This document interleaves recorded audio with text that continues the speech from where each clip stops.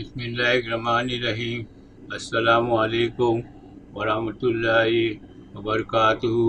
मोहित फारूक का शो में वैसे मोहित फारूक इमरान खान का खिलाफ बोलता था, लेकिन अभी गैरत आ गई है। मुस्लिम नून का खुर्रम दस्तगीर को अपना शो में बुला के इमरान खान का गिरफ्तारी के बारे में उससे पूछा था, खूब खिंचाव किया और खूब उनका क्लास लिया था। आप लोग भी सुनिए। आज इमरान खान साहब को गिरफ्तार कर लिया गया। तोशाखाना केस, जिसके बारे में गुज़िश्ता रोज़ मैंने अर्ज़ किया कि शायद लोगों को याद भी नहीं कि उस केस के अंदर था क्या। बहरहाल आज उसका फैसला आ गया, इमरान खान को गिरफ्तार भी कर लिया गया है। सबसे बड़ा एहतजाज जो किया जाता रहा इमरान खान के वकला की जानिब से, वो जज यानी हुमायूं दिलावर साहब का नारवा रवैया था। मैं ये ज़रूर कहूँगा कि हमारे मुल्क में जहाँ सियासी तारीख कोई ताबनाक नहीं है वहाँ हमारे मुल्क की अदालती तारीख भी निहायत चकर्ड है। उसके ऊपर भी शदीद तहफ़्फ़ुज़ात और सवालात हैं।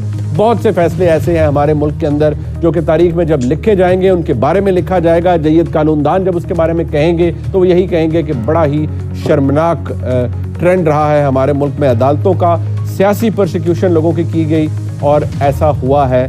आज की तारीख में भी ऐसा ही होता हुआ नजर आ रहा है। हुकूमत का ये मौक़िफ़ है, हमारा कोई ताल्लुक नहीं है, लेकिन बारहा जो तासुर है पाकिस्तान तहरीक इंसाफ के दोस्त देते हैं कि ये सब रियासत के जबर की वजह से हो रहा है और इमरान खान की गिरफ्तारी उन्हें मतलूब और मकसूद थी, लिहाजा वो हो गई। इमरान खान को एक मुकदमे में गिरफ्तार किया गया है, सज़ा हो चुकी है, and now it's going to count to the next one and then to the next one. मामलात जुड़ जाएंगे एक दूसरे से। सो गवर्नमेंट कैसे, या जो हुक्मरान तबका है इस वक्त, वो खुद को कैसे इससे दूर करेगा, इस इंप्रेशन से? ये सब चोरी की थी, तलाशी हुई, चोरी पकड़ी गई। तो आज एक जो सादिक और अमीन का झूठा बुलबुला था वो खत्म हुआ है। अब गालिबन शायद इमरान खान की जो चेहरा है वो साफ तौर पर अदालतों को भी नजर आएगा और ये तो हमारे मुल्क में रिवायत है। देखिए, फैसले हुए, मियां नवाज शरीफ साहब की नाअहली पहले हो गई, फिर नीचे फैसले हुए एहतसाब अदालतों से।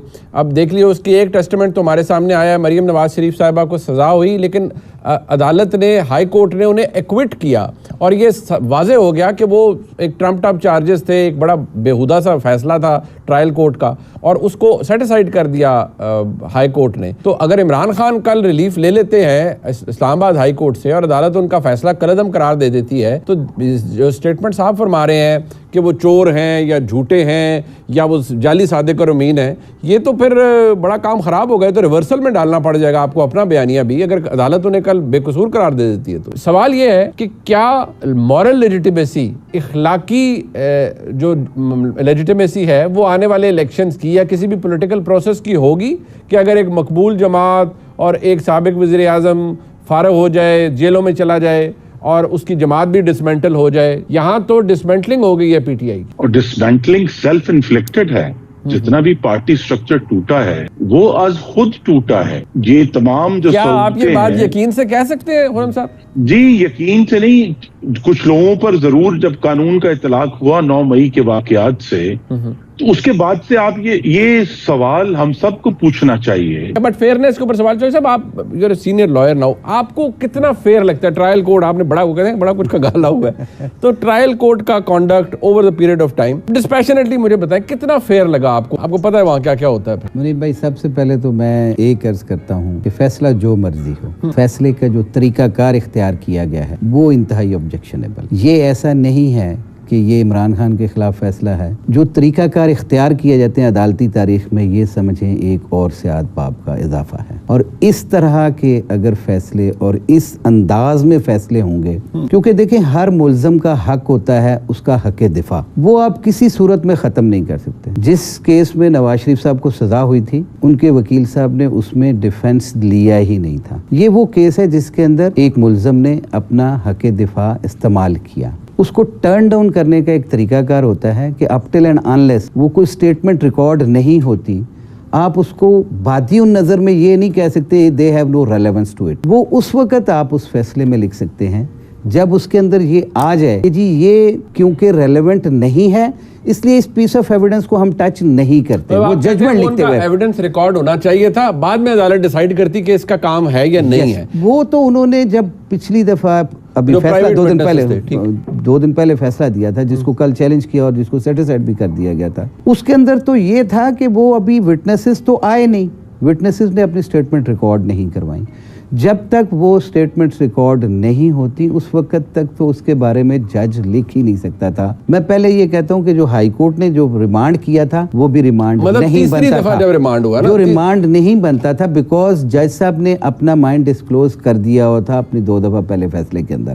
دیر was no need to remand. آپ کو لگتا ہے اس ٹرائل میں فیئرنیس کا فقدان ہے؟ فیئرنیس کیا, اس میں آرٹیکل 10A کو فلاؤٹ کر دیا گیا ہے. اچھا. اور شاید یہ نظیر جو ہے کسی اور کیس میں نہیں ملے گی. یہ عدالتی, میرے الفاظ آپ نے نہیں سنے کہ عدالتی نظائر میں سے یہ ایک اور سیاہ ترین جسے کہتے ہیں نا, وہ بھی ہم نے اس کو بھی کبھی لیجیٹیمیٹ نہیں کہا تھا. وہ اس میں یہ دیکھیں جو طریقہ کار میں کہتا ہوں ججمنٹ جو بھی ہے اصیل ہوگی, ہاں ٹھیک ہے, لیکن جس طریقے سے یہ ججمنٹس لی جاتی ہیں اس پہ ہمارا اختلاف ہے, اور وہ تب بھی تھا اور آج بھی ہے. ججمنٹس لی جاتی ہیں, میرا تو خیال تھا جج صاحبان ججمنٹ دیتے ہیں, آپ نے کہا ایسی ججمنٹ ہمیشہ لی جاتی ہے. چودھری صاحب کی بات بڑی انسٹرکٹیو ہے کیونکہ وکیل ہیں, انہوں نے کہا یہ ججمنٹ لی گئی ہے, اور انہوں نے یہ بھی فرمایا ساتھ کہ بھائی ادھر بھی لی گئی تھی ججمنٹس, اس میں کوئی بات نہیں ہے. تو یہ میرے اور آپ کے لیے سرپرائزنگ تو نہیں ہے کہ ججمنٹ آئی ہے, دی گئی ہے یا لی گئی ہے, لیکن سوال یہ ہے کہ اب اس کا امپیکٹ کیا ہے عمران خان کی سیاست کے اوپر, پاکستان تحریک انصاف کی سیاست کے اوپر. اور یہ چودھری صاحب فرما رہے ہیں اس میں فیئرنیس کو تو جو اس کا جو معاملہ ہے اس کا فقدان نہیں, اس کو تو فلاؤٹ کر دیا گیا ہے. ناظرین, انشاءاللہ عمران خان رہا ہو جائے گا, آزاد ہو جائے گا, اور خرم دستگیر مسلم نون کا ہے.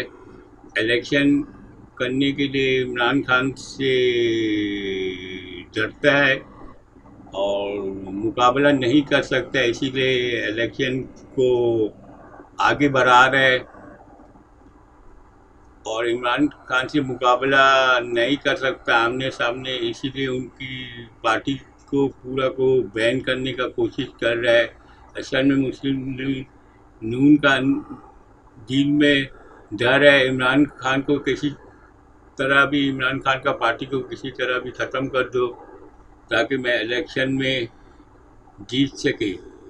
ناظرین, پروگرام کو لائک کر دے, اور بہت بہت شکریہ. اللہ حافظ.